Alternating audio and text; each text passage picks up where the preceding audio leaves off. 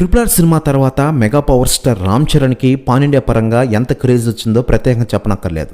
అయితే ఈ సినిమా తర్వాత రామ్ చరణ్ ఇప్పటివరకు ఎటువంటి పాన్ ఇండియా సినిమాలో కనిపించలేదు. RRR సినిమా తర్వాత చిరంజీవి గారితో కలిసి ఆచార్య సినిమా చేసినా కూడా అది తెలుగులో మాత్రమే విడుదలైంది. అంతేకాకుండా ఈ సినిమా డిజాస్టర్గా మిగిలింది. ఈ క్రమంలో ఇప్పుడు ఇన్ని సంవత్సరాల తర్వాత మరోసారి గేమ్ చేంజర్ సినిమాతో ప్రపంచవ్యాప్తంగా ప్రేక్షకులను పలకరించడానికి సిద్ధమైపోయారు ఈ గ్లోబల్ స్టార్.